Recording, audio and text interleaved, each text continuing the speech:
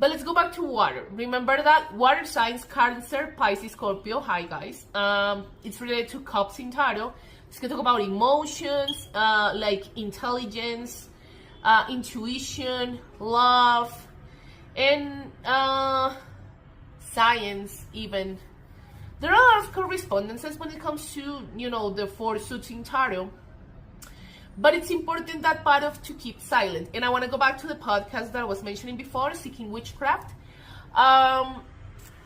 Remember that for manifesting, I think that's the most important rule. I mean, because you can have all the intention you want, like with the earth, to know, to get to gather the knowledge to manifest, to have the willpower with the fire energy, to dare to do it, to do your manifestation, your ritual, whatever you're doing. But there's, like with the air signs, but there's importance in to keep it quiet, to keep it silent. Sometimes, remember that it's connected to water. And I was hearing that podcast that it's like the immensity of the ocean. Remember that the ocean is really deep, right? And it carries a lot of hidden things because, I mean, even though we know so much about Earth and about space even, we don't know as much of water as maybe we should. Some people talk about that. Like, we know so much about space, or we know so much about the earth, but we don't know what's going on, like, at sea, right?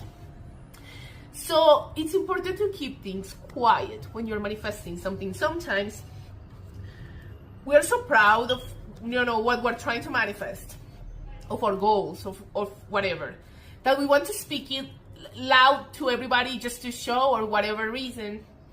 But it's important to keep it quiet. It's like a seed. When you plant a seed, like, underground, you have to give it time to grow and become a beautiful flower, or whatever you're trying to manifest. That's an analogy, but yeah, there's importance in to keep things quiet, to keep it silent, right? So you can give it time for it to grow as it's supposed to. Because remember that sometimes people's intentions when you're trying to manifest can affect that manifestation. So I think it's important to keep things quiet.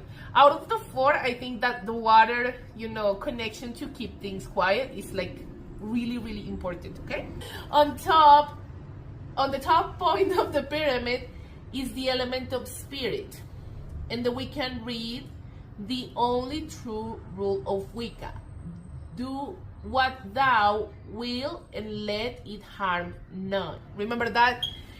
I've been saying this like in the past readings because it's been coming out in the cards, but I want to highlight it here, the fact that